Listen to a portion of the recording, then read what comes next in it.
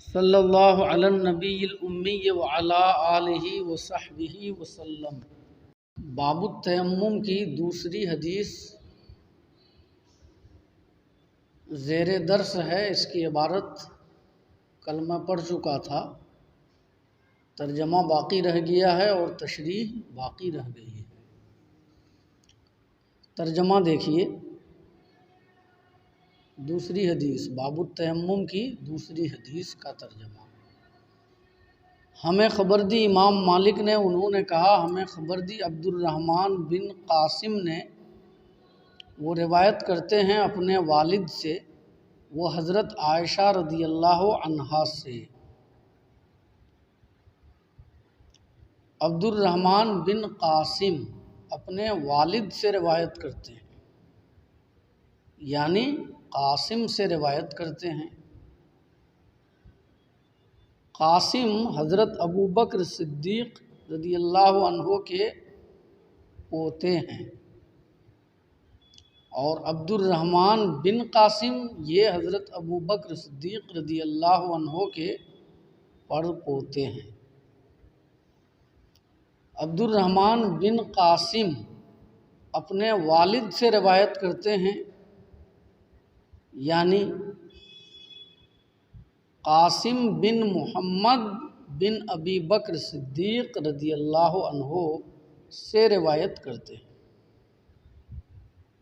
تو حضرت صدیق اکبر رضی اللہ عنہ کے بیٹے ہیں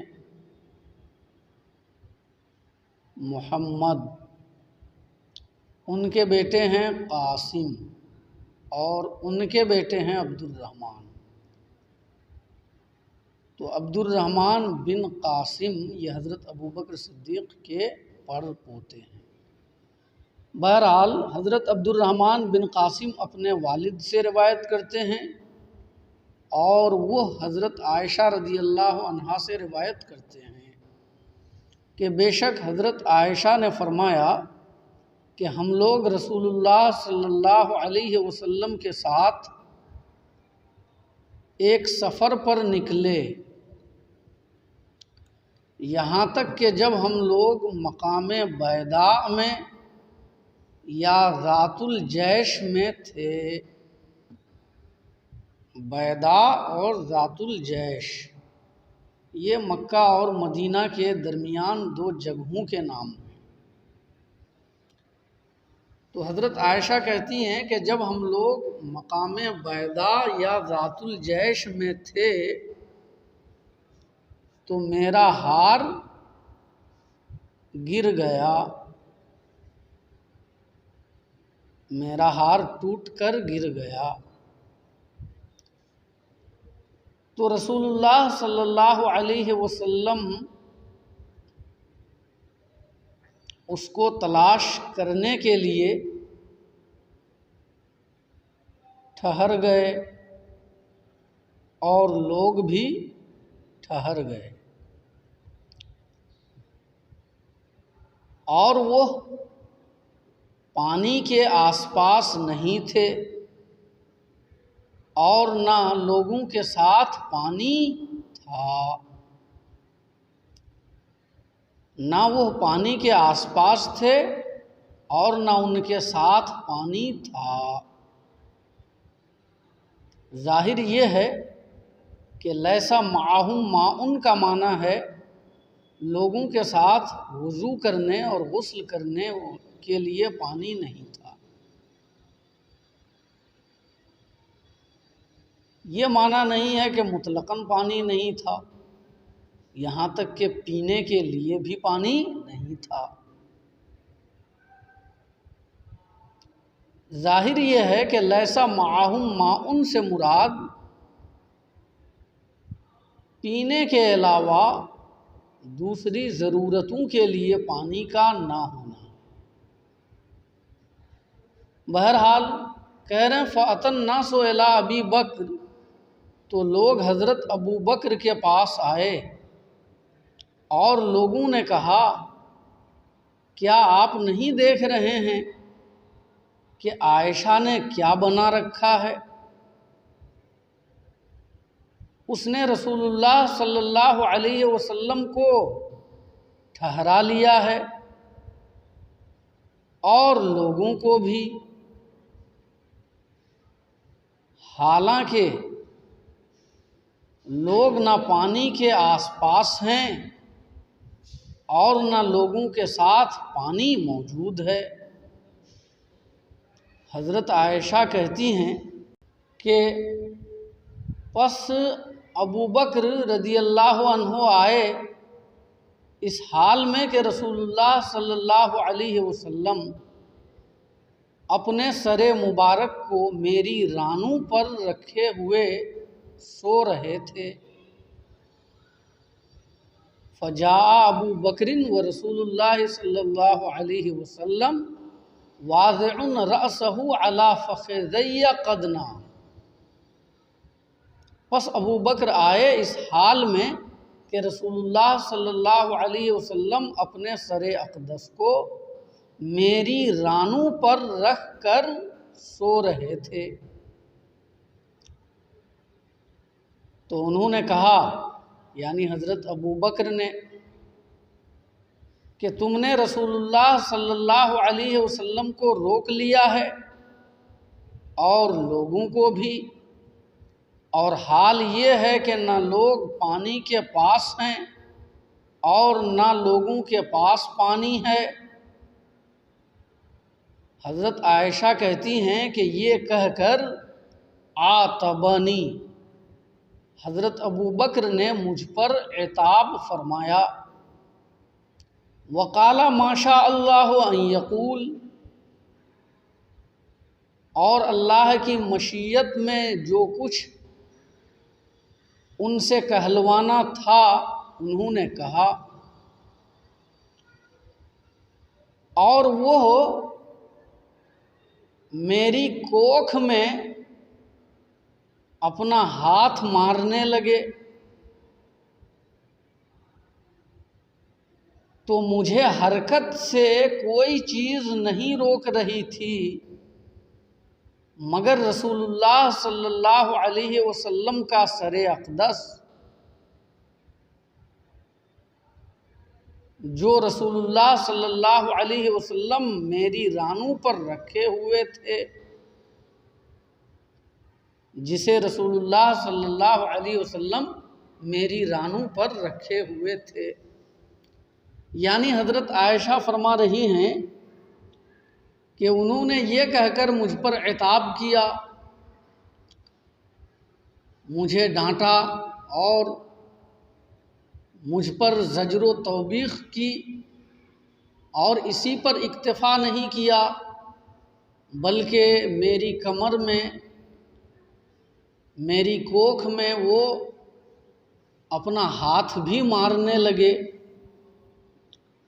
اور اس طریقے سے وہ اپنی ناراضگی اور غصہ مجھ پر اتارنے لگے، اور ان کے ضرب کا اثر یہ تھا کہ اگر رسول اللہ صلی اللہ علیہ وسلم کا سر اقدس میری رانوں پر رکھا نہ ہوتا تو ضرور میں وہاں سے بھاگ جاتی، وہاں سے کھسک لیتی اور وہاں سے حرکت کر کے دوسری جگہ چلی جاتی، مگر چونکہ رسول اللہ صلی اللہ علیہ وسلم کا سر اقدس میری رانوں پر تھا اور آپ سو رہے تھے، اس لیے میں مطلقاً وہاں سے نہ ہلی اور دائیں بائیں نہیں کھسکی، اور اپنے والد حضرت ابو بکر صدیق رضی اللہ عنہ کی اس مار کو برداشت کرنے پر مجبور ہو گئی۔ آگے ہے فنام رسول اللہ صلی اللہ علیہ وسلم حتی اصبح علی غیر ما، تو رسول اللہ صلی اللہ علیہ وسلم سوئے یہاں تک کہ آپ نے صبح کی ایسی جگہ جہاں پانی نہیں تھا۔ فنام رسول اللہ صلی اللہ علیہ وسلم حتی اصبح علی غیر ماء کا جو میں نے ترجمہ کیا، اس سے آپ یہ بات سمجھ گئے ہوں گے کہ یہاں اس بات کا بیان مقصود نہیں ہے کہ رسول اللہ صلی اللہ علیہ وسلم صبح تک سوتے رہے، بلکہ اس بات کا بیان مقصود ہے کہ آپ سوئے جب تک سونا تھا اور ہم لوگ وہیں ٹھہرے رہے یہاں تک کہ صبح ایسی جگہ ہوئی جہاں پانی نہیں تھا۔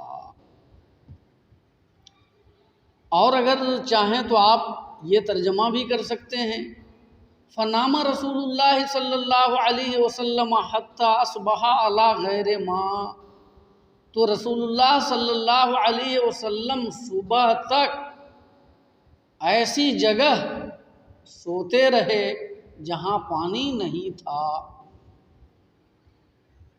یہ ترجمہ بھی کر سکتے ہیں۔ اس ترجمے کی روشنی میں مفہوم یہ ہوگا، سمجھ میں آیا نا، کہ رسول اللہ صلی اللہ علیہ وسلم کی نیند کو صبح تک بیان کرنا مقصود ہے کہ آپ صبح تک سوتے رہے، اور پھر صبح ہوئی تو ایسی جگہ ہوئی جہاں پانی نہیں تھا۔ چنانچہ دونوں مفہوم بیان کیے گیا ہے۔ فَأَنزَلَ اللَّهُ تَعَالَى آیَةَ التَّيَمُّمِ، تو اللہ تعالیٰ نے تیمم کی آیت نازل کی۔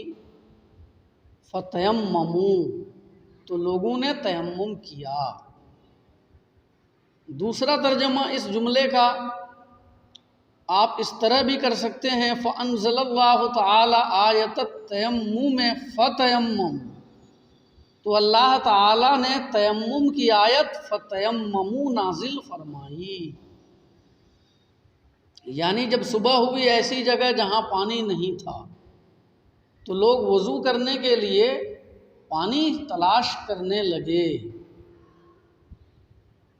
اور جب پانی نہیں ملا تو لوگ بے چین ہوئے کہ اب نماز کیسے پڑھیں گے، کہ اتنے میں اللہ رب العزت نے اپنے حبیب پر آیت تیمم فتیمموا، یعنی فتیمموا صعیدا طیبا، آیت تیمم نازل فرمائی۔ تو یہاں جو فتیمموا ہے اس کو آپ فعل ماضی پر بھی محمول کر سکتے ہیں، اور اسے آپ فعل امر پر بھی محمول کر سکتے ہیں۔ اگر فعل ماضی پر آپ نے محمول کیا تو ترجمہ یہ ہوگا کہ اللہ تعالیٰ نے آیت تیمم نازل کی، پس لوگوں نے تیمم کیا، اور اگر اسے آپ فعل امر پر محمول کریں گے تو ترجمہ یہ ہوگا پس اللہ تعالیٰ نے آیت تیمم فتیمموا نازل فرمائی۔ دونوں توضیحیں یہاں پر کی گئی ہیں، دونوں معنی بیان کیے گئے ہیں، اور ظاہر دوسرے والے معنی کو قرار دیا گیا ہے کہ تیمموا یہاں پر فعل امر ہے، اور اس سے مراد آیت تیمم ہے، یعنی اللہ تعالیٰ نے آیت تیمم فتیمموا نازل کی۔ ابھی ہم آپ کو بتائیں گے انشاءاللہ کہ آیت تیمم جو فتیمموا ہے اس سے کون سی آیت مراد ہے اور کیا ہے وہ پوری آیت۔